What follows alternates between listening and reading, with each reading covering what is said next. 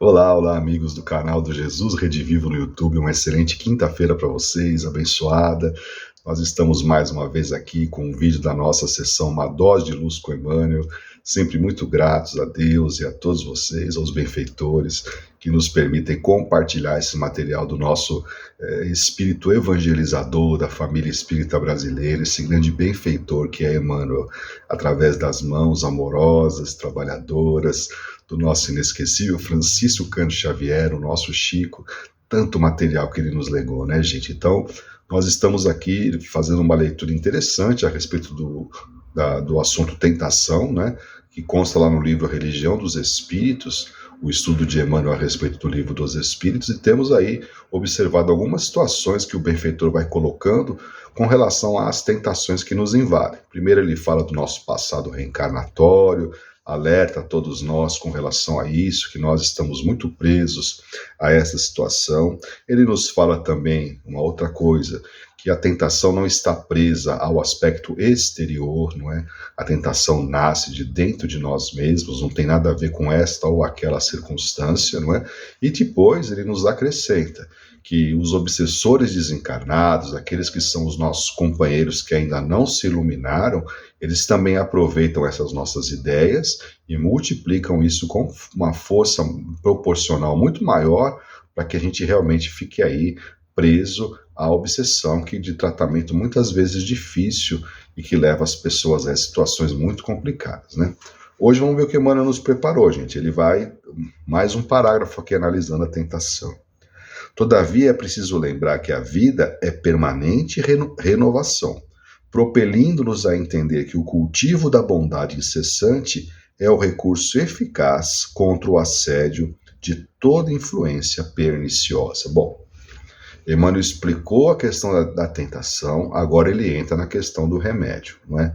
Então, assim, já nos alertou nas lições anteriores com relação aos alguns aspectos da tentação, e agora ele vem nos falar que é preciso nós nos dedicarmos à bondade incessante. Bondade, gente, que começa nas mínimas coisas para que possa se expandir para as coisas grandes, não é? Então temos essa atenção de procurarmos, aos poucos, nivelar o nosso comportamento. O que nós estamos dizendo com isso, gente? Porque nós temos, assim, da mesma forma que existem aspectos e situações exteriores que nos fazem, muitas vezes, entrar num processo de perturbação, a nossa bondade também acaba sendo acionada por estes mesmos aspectos de fora.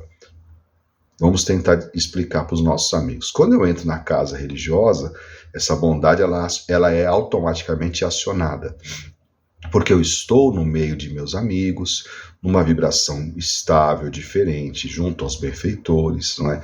Então isso provoca em mim que venha para fora o melhor que há em mim mesmo, não é? Então é mais fácil para nós, naquele determinado ambiente, nós cultivarmos a bondade com todos, porque existe uma reciprocidade.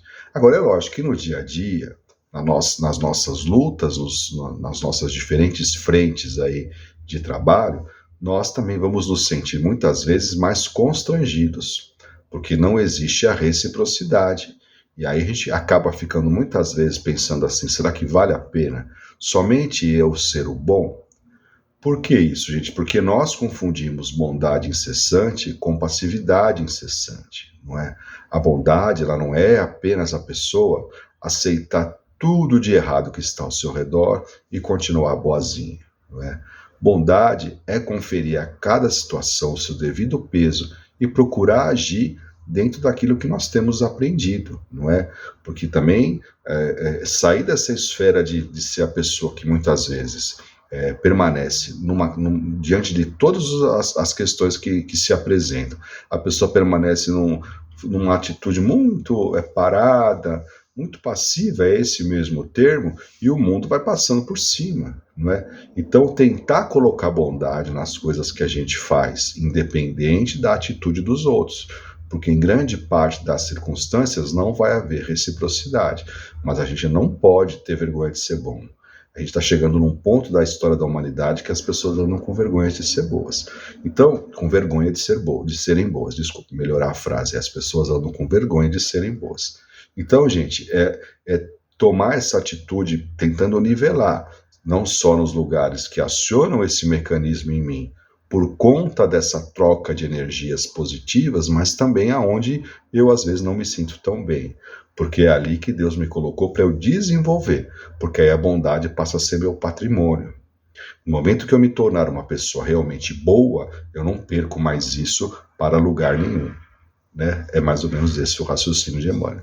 Amanhã nós continuamos com mais remédios aí para as tentações que o benfeitor vem nos recomendar, tá bom? Um grande abraço para vocês, fiquem com Deus.